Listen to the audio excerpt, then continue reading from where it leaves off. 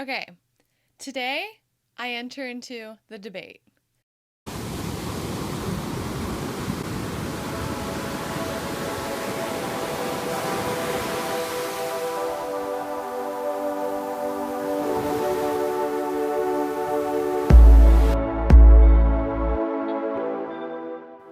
Hi guys, welcome back to my channel. I'm Miranda, and today I had a realization.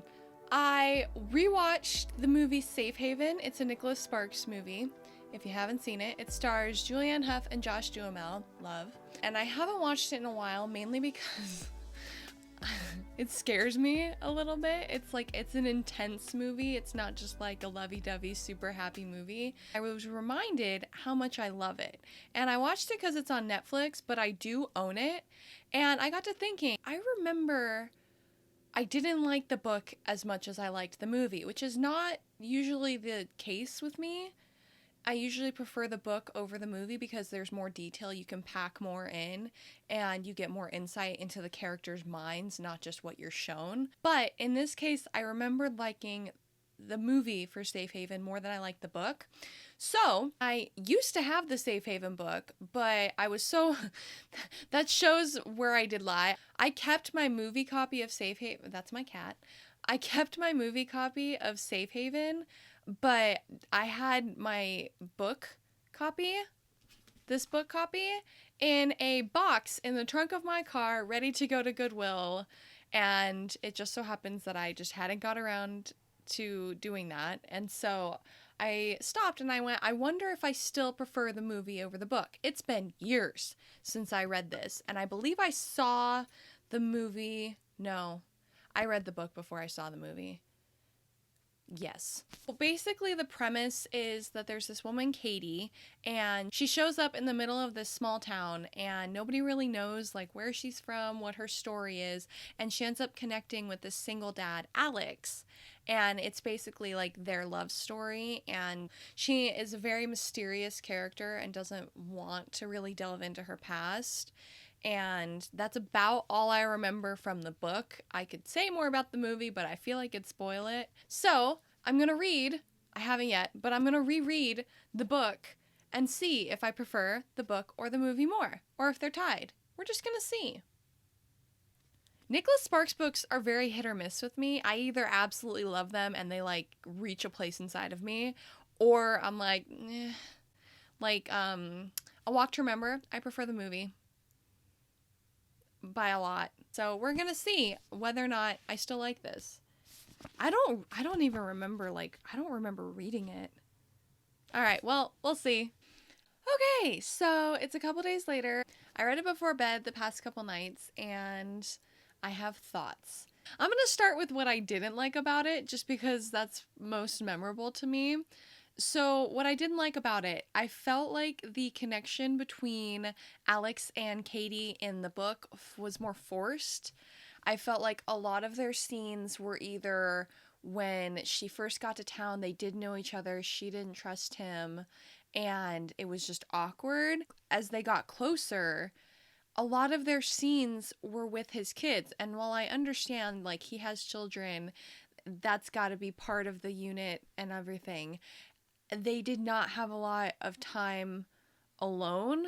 And the time that they did have alone, their conversation it didn't feel organic like it did in the movie. I felt like the actors did a really good job at having it be fairly organic. They didn't gel as well as a couple in the book for me. Alex in the book is a lot different. He has a whole different history, a whole different like physical appearance, which, like, again, I understand movies, actors, it's gonna be different, but I do wish that they included in the book, he's like a former like army cop. I'm not entirely sure I understood what his job was, but I guess he hunted down bad people within the army, I don't know. But I wish that had been a plot point in the movie. I felt like it would have added more depth of character to him, and it would have added another layer to the relationship as we saw it in the movie. So I wish that they had brought that from the book over. Now, so in the movie, you get like glimpses of Katie's past. And in the book, the way it's written, it's meant to, I believe that Nicholas Sparks wrote it intentionally chaotic and choppy. And I believe that that was a style choice. I did not like it. I felt like it very much, I did not enjoy reading it. It took me out of the book. I would have these moments where I would start getting in the flow of what's the word? Oh my God, what's the word? Progression. Okay. I would get in the flow with like the progression of Alex and Katie and their relationship. And then right as I would start to hit my stride and be invested in the book, it would stop and it would go to a different, and it'd be a totally different writing style. The way Nicholas Sparks wrote the scenes with Alex or with Katie or with both of them together felt very much like a lighthearted read, something that's very like just nice and like mindless, but not in a bad way. It was just, I found myself reading this book and I liked it. It was a nice way to settle down at the end of the night. And then you reach these points where not only is the subject matter more negative, which that's not what I'm talking about, but the writing style just gets choppy and awkward, something that I found myself like cringing away from. And I think that was his intention, but somehow it still didn't land the way I think it meant to.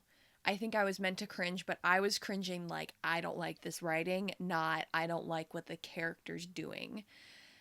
So that bothered me a little bit. I'm trying not to give too many spoilers in case like anybody hasn't seen it.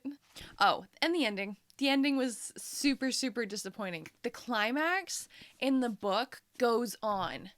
And it's not like a huge chunk of the book, but I feel like I'm reading the climax of the book for forever, to a point where I like was seriously like, I flipped forward and I was like, how much longer is this gonna go on? Because it was too much.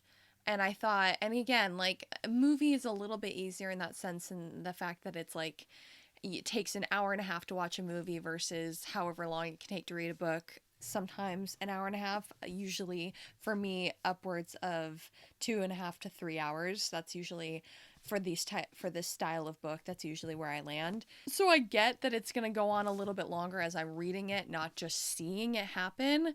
There was like 7 different like subplots that I think he intended to all exist under one sphere of, this is the climax of the book.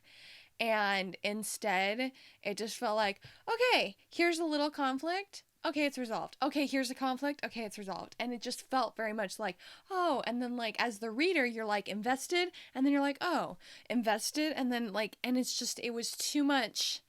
It was too much. I didn't like it. I didn't mind the book. I didn't mind the book. I did find like the first, I would say third. The first third of the book, I was in it. It was a nice light read. It flowed really well. I was invested and like I was looking forward to scenes because I am familiar with the plot. And so I just found myself reading, I actually found myself reading the book and going, why did I throw this in the donation pile? I'm liking this. This is a good light read. I'm like, it's helping me unwind at the end of the night. And it's doing its job. But then it hit and all of a sudden I was like, oh yeah, I'm not having fun anymore. I don't know if it's because I saw the movie before I read the book originally.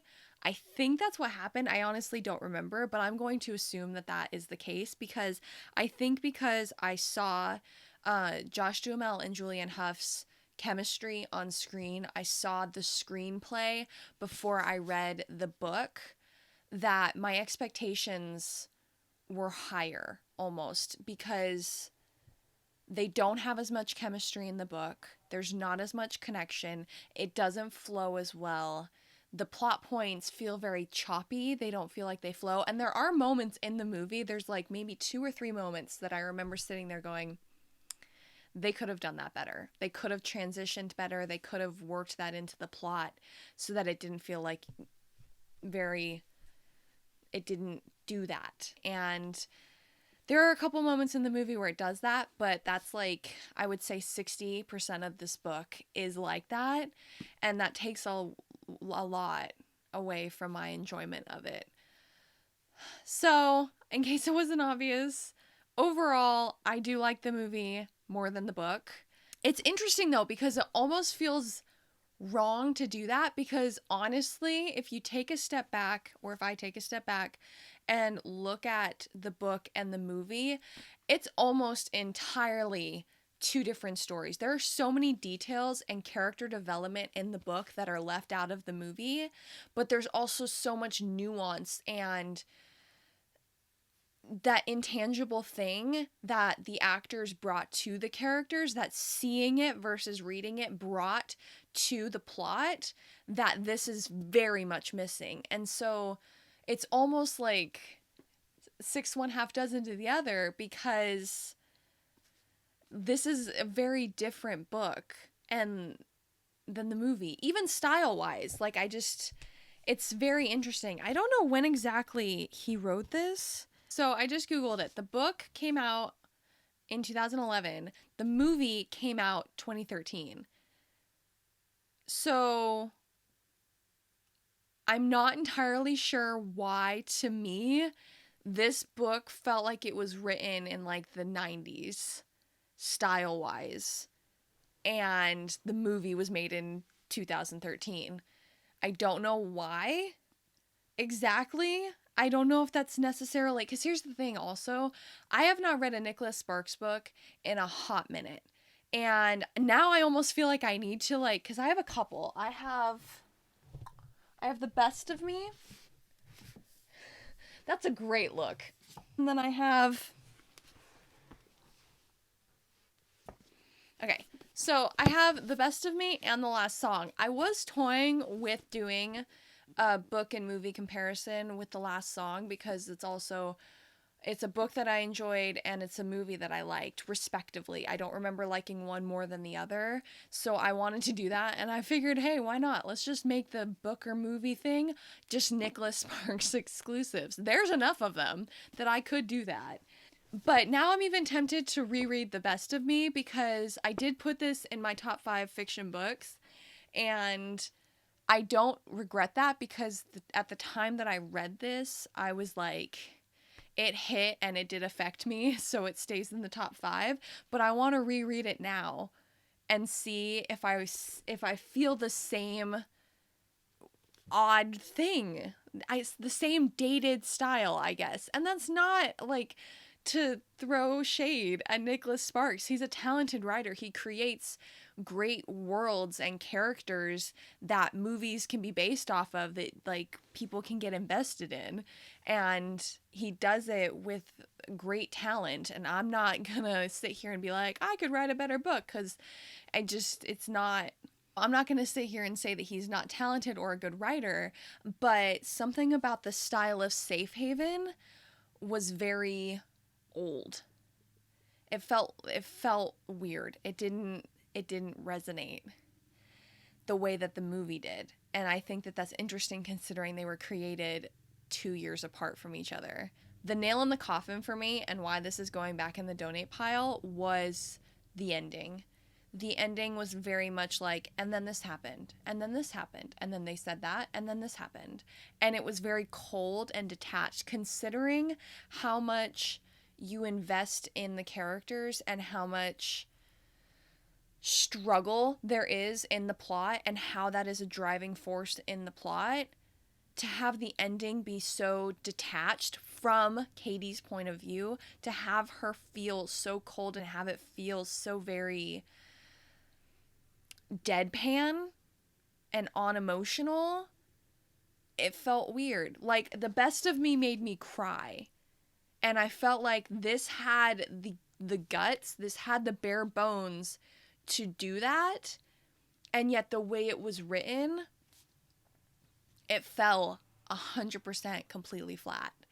And so that really was the moment where I was like, yeah, I'm not going to read this again. If I want to see or experience this plot with these characters, I'll watch the movie. It'll save me time and it'll be better, because at the end of all of it, even if I didn't like the way the climax was written, I didn't like how he did certain things, if it had wrapped up well and I had felt satisfied having read all of the book and reached this conclusion and had it been satisfying, I wouldn't be bashing it the way that I am now. But to go through all of that with the characters and kind of have to push myself through some clunky writing decisions, all for it to be 5 pages of just very talk to a wall dialogue, it didn't feel good. It felt careless. God, I didn't intend to come on here and just be like, this book sucks. But I feel like, and I think that's the thing, it's the same reason why I got so upset with One Day in December, because I know that this writer could do more with this. Based on the glimpses that I saw within this book, I know that Nicholas Sparks could have drawn out more from this plot and these characters than what he chose to do. And that may have been a decision, and this may resonate with other people, but for me, that's why I'm so upset and frustrated, is because when I read a book and I can sense the talent and the intentional decision making of a writer, and it still feels like they're phoning it in, it upsets me, because as the reader, I'm like, why do I feel like you very much felt like you were giving 100%, but it's not translating? Like, where did the piece get lost?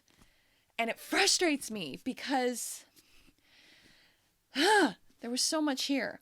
I will say, though, there is a lot of, like, tiny little nuances in character development in the book that really helped create the relationship between Alex and Katie. And it's really almost on-scene things, which is, I think, why it wasn't included in the movie. But I really wish that they had tried a little harder to find those little areas to slip in some extra information so that us as the viewer could be even more invested. Because I will say, even in the movie, the climax, it falls flat in a different way, in the sense that I feel like Alex and Katie, like the stress in the moment between the two of them, how they feel about one another in that moment of peril, that leaves me wanting more. Everything else, I cringe, I feel it, I tense, all of that I feel, but their connection with each other and their stress at seeing one another in a uncomfortable place, in an out of control situation,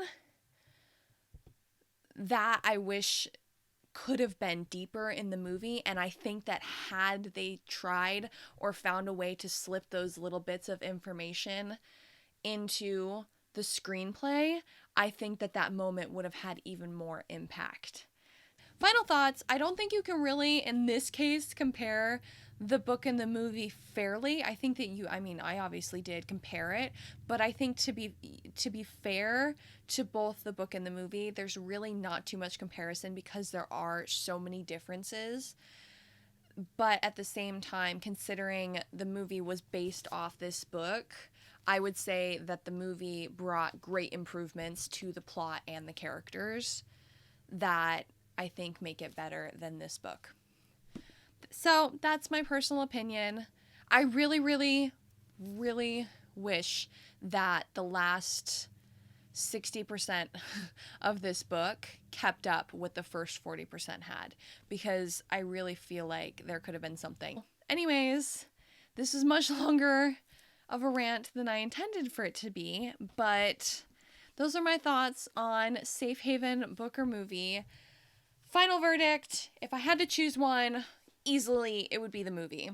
I do think I'm going to do The Last Song, just because it's been a long time since I've seen the movie, and like I'd seen Safe Haven sooner than I've seen The Last Song before I just rewatched it. It's been a long time, and it's been a really long time since I've read the book. So I really do want to do this. I think that would be cool. And I think now, especially since my experience with Safe Haven is still very fresh in my mind, I think that it would be interesting to see a different story, but same writer, how it all goes together. So, The Best of Me, I don't know. I'll reread the book and then I'll decide on whether or not I want to watch the movie. I've never seen the Best of Me movie. I have seen The Last Song. And it's because I loved this book so much. I didn't want to watch the movie and have it ruin it. We'll see. Thanks for tuning in. Thanks for listening to my rant. If you agree, let me know. If you disagree, let me know. This was fun. I liked this. It gave me a reason to read a book before going to bed instead of scrolling on my phone, which I really try not to do, but somehow always end up doing. See you guys next time. Thanks for watching. Bye. Ooh, I just burped.